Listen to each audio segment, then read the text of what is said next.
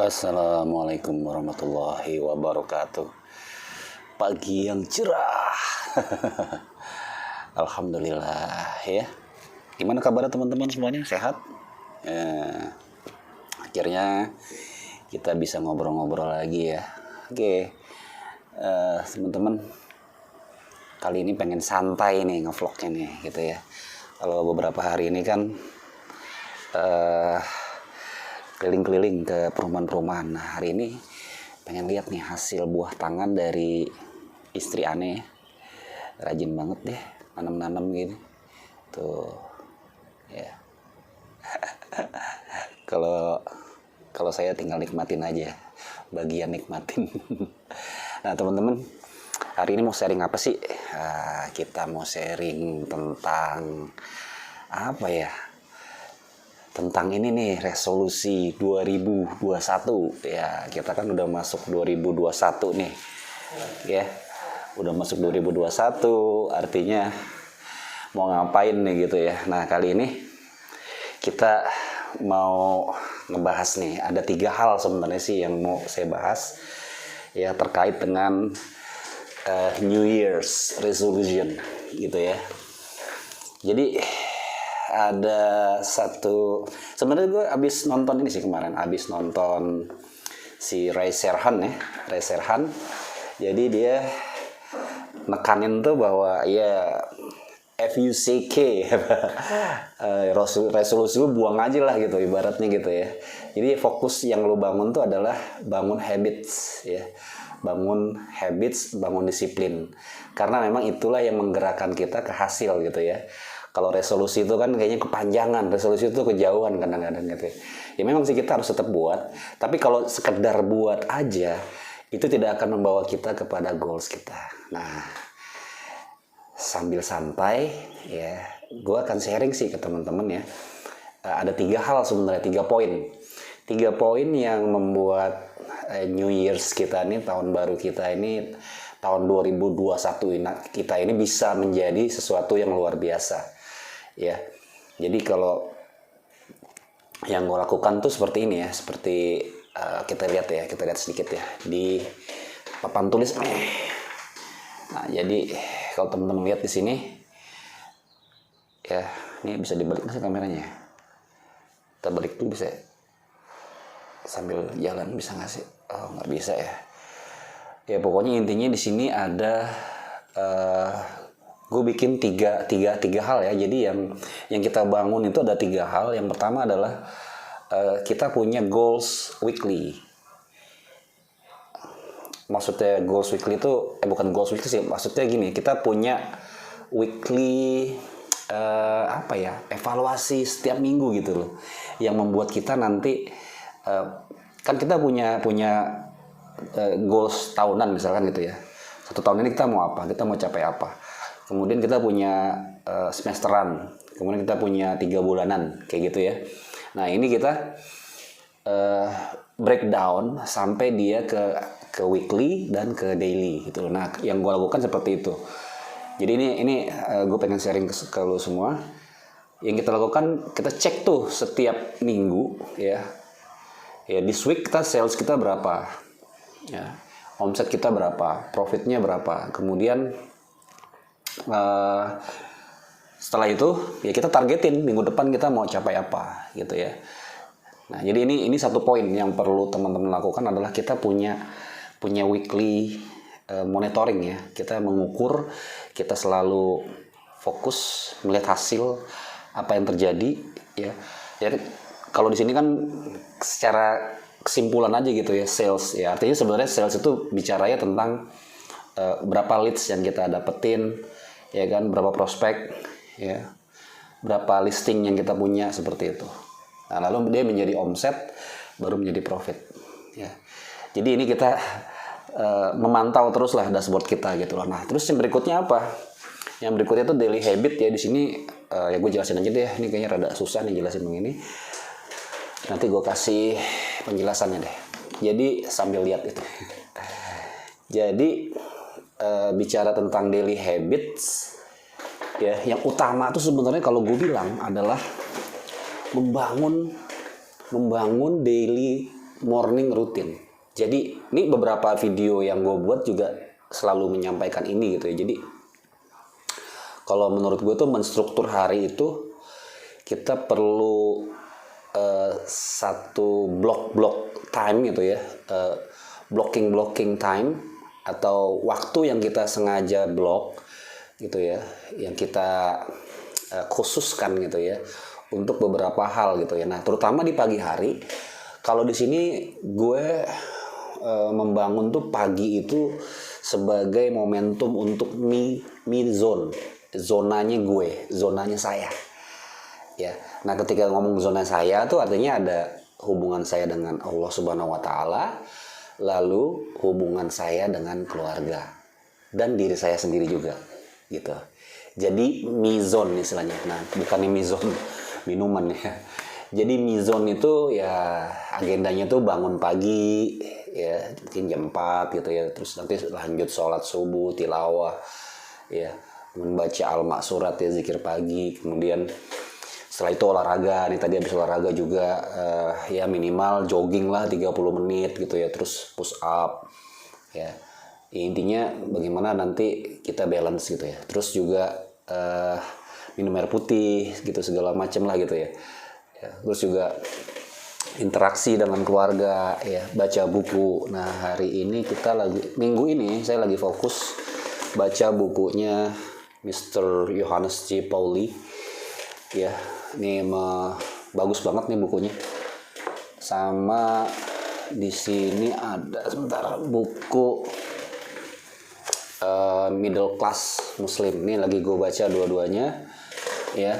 Sama yang pasti sih baca Quran. Baca Quran lagi targetin gitu ya. Ria nih, bukan ria. Tapi ini memang biar teman-teman dapat insight gitu ya. Nah, terus yang berikutnya apa? Ya kita juga harus baca, harus mungkin ada ilmu-ilmu yang kita tonton di YouTube gitu ya, atau baca blog gitu ya yang inspiratif lah gitu. Nah, me time itu kalau saya sih saya batasin sampai sekitar jam 7 jam 8. Ya.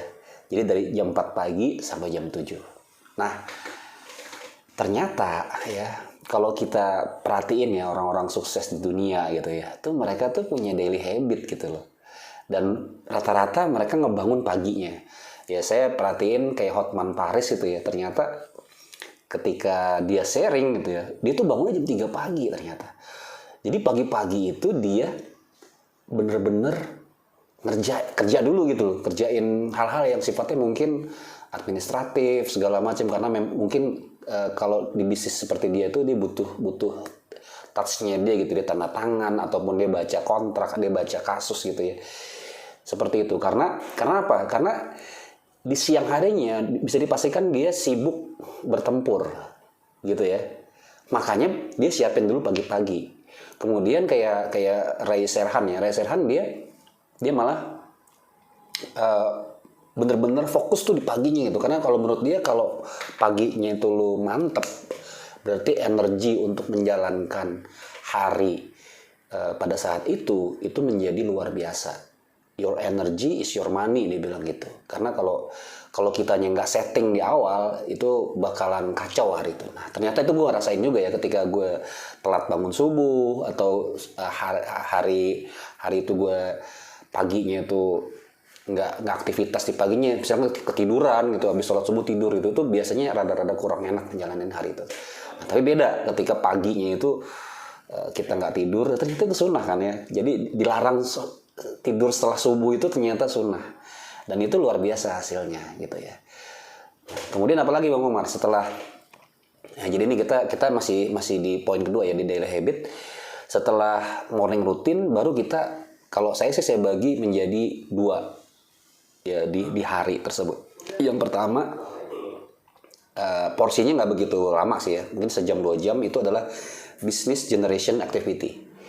Business generation activity itu apa? Ya ini yang terkait dengan ya kita memikirkan bagaimana bisnis kita ini menjadi generate, menjadi growth, menjadi bertumbuh. Ya. Karena apa? Kita butuh itu. Kadang-kadang kita butuh melihat, gue udah sampai mana sih? Apa yang bisa gue tambahin, atau hal yang gue perlu perkuat gitu. Jadi sejam 2 jam tuh kita perlu itu. Bahkan kita mungkin melis ada prospek-prospek yang bisa kita olah gitu ya. Bahkan juga kita berpikir strategis. Ya, apa yang bisa kita kembangkan ya, yang bisa kita tambahkan tadi ke bisnis kita. Seperti itu. Jadi bagaimana dalam 1 jam 2 jam itu kita mengenerate bisnis kita itu menjadi lebih baik. Misalkan kita mikirin, oh ternyata gue butuh company profile, atau saatnya nih gue bikin PT, atau bisa juga misalkan, oh berarti strategi marketing yang kemarin tuh ada yang perlu kita growth lagi, kita tumbuhkan lagi gitu. Seperti itu. Nah baru yang berikutnya adalah business servicing. Nah baru itu kita tempur tuh, ya kan? Ke lokasi, survei, kemudian ketemu konsumen, ya kan, follow up, pokoknya kerja yang rutin lah, rutinitas gitu ya. Jadi itulah medan pertempuran kita gitu ya. Jadi di pagi di prepare, kemudian ada kita pikir gitu ya terhadap bisnis kita, setelah itu baru kita tempur gitu ya. Nah terus yang terakhir apa? Yang terakhir ya malamnya mungkin kita balik lagi ke mizon lagi tadi. Ya malamnya tuh ya kita ibadah, kita istirahat ya, interaksi lagi dengan keluarga, kita baca dan lain-lain gitu ya. Kalau waktu normal, kalau misalnya kalau waktunya lagi sibuk ya mungkin kita activity gitu. Nah kemudian yang terakhir apa? Yang ketiga kan tadi kan pertama kita bicara tentang target mingguan, kemudian yang kedua daily habit. Nah yang ketiga adalah the power of deadline kalau gue bilang. Jadi gini, ini kita nih sense of deadline-nya tuh kan kadang-kadang kurang, yang membuat kita menjadi kadang-kadang menunda gitu ya, bahkan lebih sering menunda gitu. Nah makanya yang gue bilang di sini adalah the power of deadline. Jadi teman-teman harus punya sense of bahwa oke, minggu ini gue harus capai ini nih gitu loh. Atau let's say ya, per hari gue paling nggak harus masang 5 iklan, 10 iklan gitu ya. Dan gue harus posting minimal sehari 3 kali misalnya di sosial media, ya kan. Dan hal-hal tersebut itulah yang nanti akan membuat kita bergerak dan kita punya sense of urgency gitu loh. Kita ya memang kalau kata orang sense of urgency itu gak bagus, tapi kita nih urgency yang kita create. Jadi jangan sampai teman-teman nanti ya urgensi itu terjadi dipaksa gitu. Kalau ini kita create urgensi. Artinya supaya apa? Supaya kita double energinya, kita double kerjanya. Kayak gitu. Jadi ketika ada deadline, namanya aja dead ya. Nah ini juga terkait sebenarnya dengan sekarang nih ya, kita banyak banget dapat berita ya, ada teman kita meninggal gitu ya, kemudian ada kerabat, saudara, teman, bahkan di timeline sosial media itu sekarang banyak banget berita orang yang meninggal, ada bencana segala macam. Kan itu bicaranya death ya, deadline. Nah itu sebenarnya kita nggak tahu deadline kita kapan. Kalau untuk masalah umur ya gitu. Tapi di sini kita coba bawa ke bisnis kita ya, kita nggak tahu deadline kita, kecuali kita create gitu loh, supaya ya kita punya sense of